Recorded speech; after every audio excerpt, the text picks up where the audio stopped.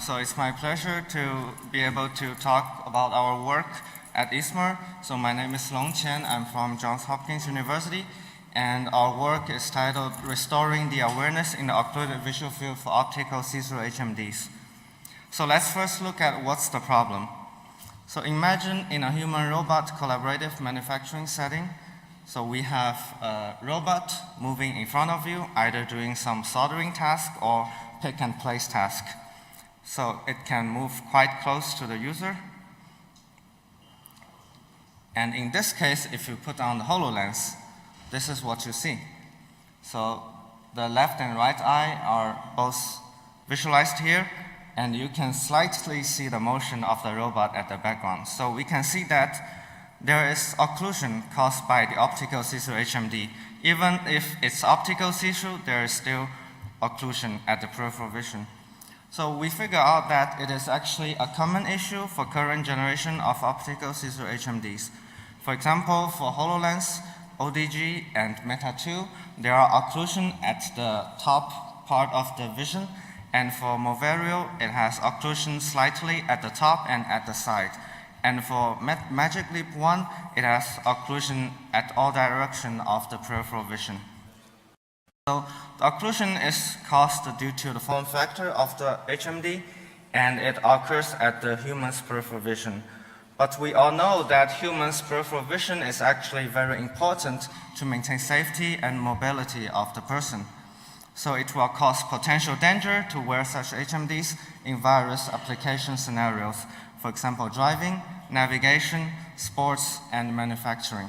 So in our work, we devise methods and build prototypes to help restore the lost awareness caused by the HMD. So we try to use two types of indicators, the screen edge of the HMD and the LED lights attached to the frame of HMD. So we can first see what's the results of our work. So in the first solution, we use the pixels at the edge of the HMD screen. So you can see at the highlighted circle here, the edge of the screen is activated to indicate the direction of motion of the robot at the background. And in a second solution, we attach additional LED lights to the frame of the HMD, and in the same way, it's indicating the direction of motion changes at the background. So how did we do this?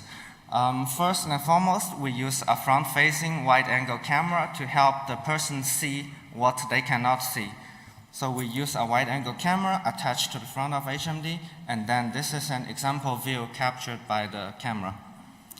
And the second step is to determine which part of the human vision is occluded by the HMD. First, let's look at what's the human's normal visual field. So these two charts visualize a very normal person's field of view, and you can see there's the blind spot and there's the area of the nose that the user cannot see with their single eye.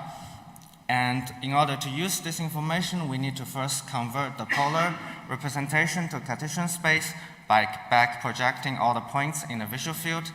And then this is the result of the Cartesian representation. And then we have the intrinsics and distortion parameters of the camera, so we can project the human visual field onto the camera visual field. So these are the results. The black part are the invisible part for the user's eye. And if we look at an example, then in this scene, the user can see the colored part is the part the user can see. And after that, we put on the HoloLens, or we put on the HMD, and we want to determine what is the occlusion here. But there is an obvious question is that we cannot have access to human's retina. So we use a pair of eye simulating glasses. They are separated by a proper IPD and attached relatively fixed to the HMD at the back. And these are the images taken by the pair of camera.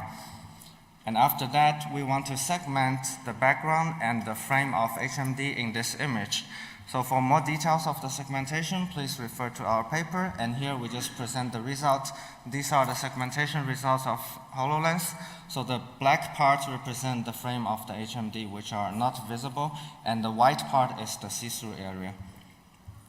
So after that, we need to address the real question, where do we need to compensate for the loss of awareness?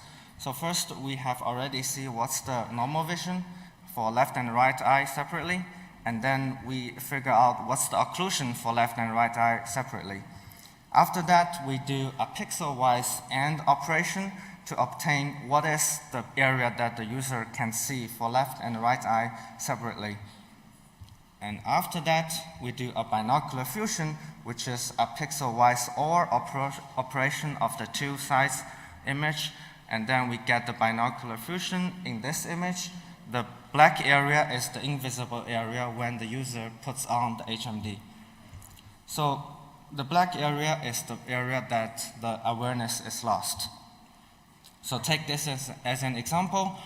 The colored part is the part that the system has to help the user to aware what is the motion in there. And then how to restore the lost awareness, we propose two types of indicators, the screen edge or the LEDs. And then we invent a terminology, occluded region of interest.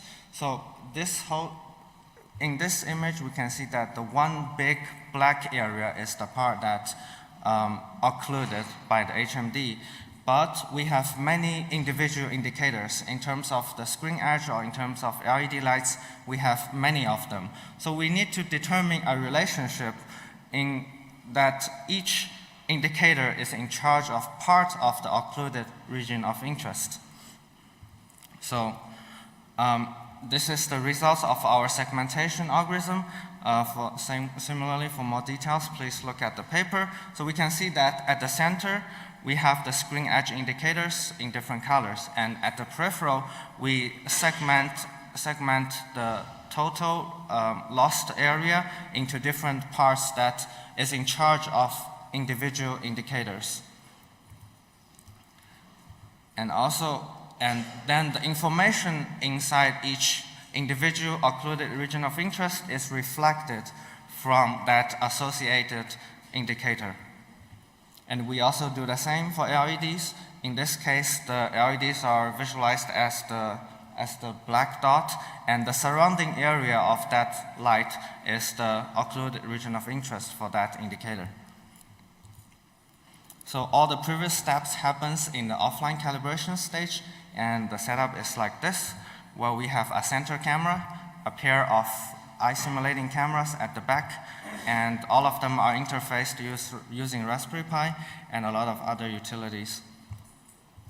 So in order to show that our method is generic, we also apply the same procedure to ODG R-9, which is another HMD that they built targeted for industrial purposes.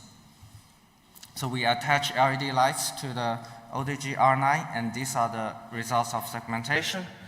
And we can see that for ODG R-9, apparently it has a larger area of occlusion because they built the HMD in order to protect the user's eyes in dangerous situations.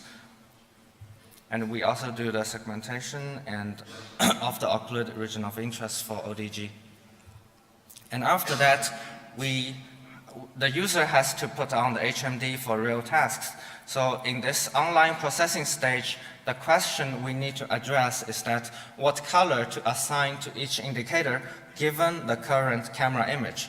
So we propose to use dense optical flow where we calculate the motion of each pixel across the two frames. So take this as an example. We have two frames.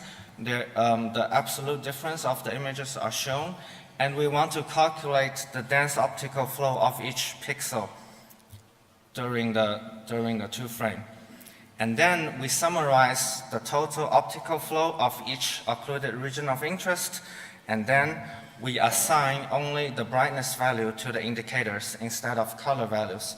So as we know, all the indicators can show colorful information, but we only assign brightness value because human eye is more sensitive to brightness changes at the peripheral, so that we want to make the indication more natural. So we use only brightness values, and also we filter out egocentric motion. In this case, when the user is rotating his head, then all the background has a large optical flow. We filter out that cases as well. So for the online processing stage, we still have the center camera and a Raspberry Pi that is interfacing with the camera and the LED lights.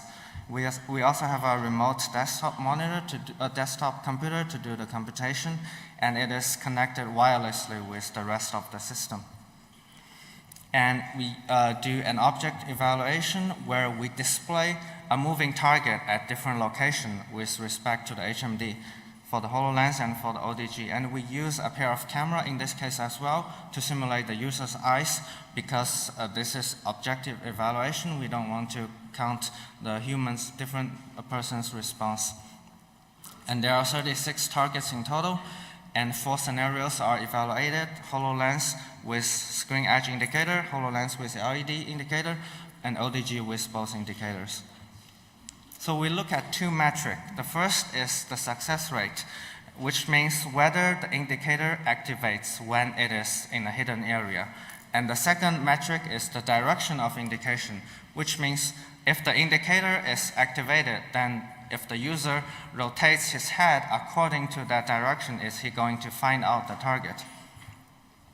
So for the success rate, we first categorize all the targets into visible, partially visible, and invisible targets. And the results are shown here. For all the invisible targets, which means it is in the occluded area for the HMD. So we can see that the system is able to compensate, is able to activate to indicate the changes of the target for all of the cases. And for partially visible targets, it achieved 80% activation rate, which is expected because for partially visible targets, it goes across the border of visible and invisible. So sometimes the system will activate. And for visible targets, which means it is already in the visible area of the user, we don't actually want to activate the indicator. And in this case, there is still 7% false positive rate. And we also have, we also look at the direction of the indication. In this chart, the red dots are the actual target, and the blue dots are the location of indication. Because of the time limitation, I'm not going into detail of this. Please refer to the paper. And we also do a pilot user study where the user wears the optical see-through HMDs, and it is displaying some text on it. And also there's a background monitor which shows some other flashing words. So in this case, the user, for example, if the text at the background is at the occluded area, then our system is going to indicate the user, say there are something at this direction, and the user then turns around to see what is that word and speak it out. We recruit 3 users, and these are the results. So we can see that only user 1 missed 2 of the words. All other cases, the user picked up the words at the background, and there are 5 false positive cases, maybe due to the calibration error or the noise of optical flow. And if you are very careful, you probably have noticed that we have 2 assumptions in this work. First is the collocation assumption, which means we assume both eyes and the center camera are at the same location, which will help us simplify the whole procedure in making the binocular fusion as simple as a pixel-wise OR operation. We also evaluate the error introduced by this in the paper. And also there is a looking forward assumption, which means we assume the user is looking straight forward, which is a little bit tricky because right now the HMDs are kind of small field of view and the user probably looking forward. But in the future, we want to incorporate eye tracking into the system to determine the real-time visual field. And our system works on compensation. It's also possible to expand the user awareness, and also for people with restricted visual field, our system can still work to indicate changes that he cannot see because of the restricted visual field. And also we can build context understanding according to different specific applications, for example, detecting pedestrian in a driving application. And in our case, we use subtle indication. It's also possible to use more alarming indication to tell the user that there is definitely some danger at some place.